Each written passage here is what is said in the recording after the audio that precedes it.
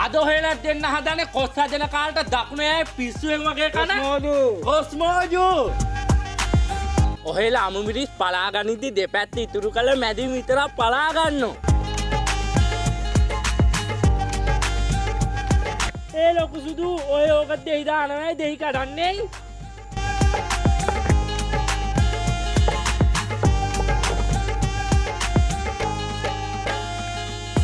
ඊගාවට තීරු කපාගත්ත කොස් එක තෙලේ රන්වන් පාට වෙනකම් බැද ගන්න ඕන. අපි සුද්ධ කරගත්ත හිච්චි ලූණු ටික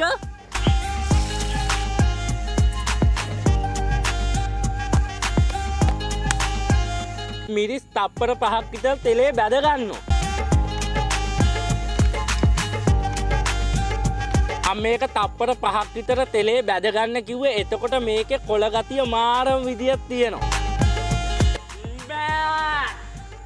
මං අද මේක හදන්න විනාකිරි විදියට ගත්තේ කිතුලෙන් හදාගන්න විනාකිරි. ඔහෙලට කිතුලේ විනාකිරි නැත්තම් පොල් විනාකිරි උනක් ගන්න හැකි.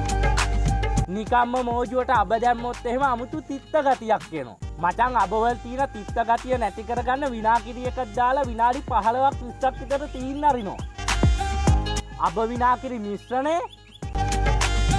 ඉඟුරු ඊගාවට සුදුලූණු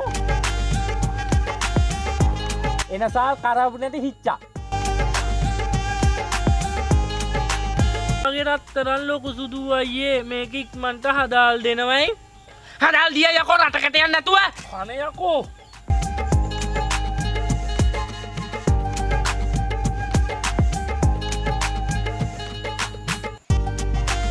ඔහෙලා බැදගත්ත කොස් ටික මේක දාගන්න කලින් මචං හිච්චි ලූණු ටික අමු මිරිස් ටික මේක දාගන්න ඕන.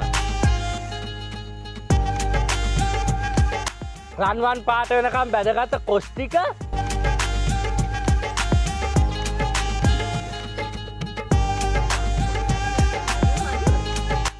මචං මම මේකට අමු මිරිස් විතරක් නෙවෙයි පෙට්ටි මිරිසුත් දාගත්තා. ඒක කැවෙද්දි මාරම ලල් එකක් තින්නේ.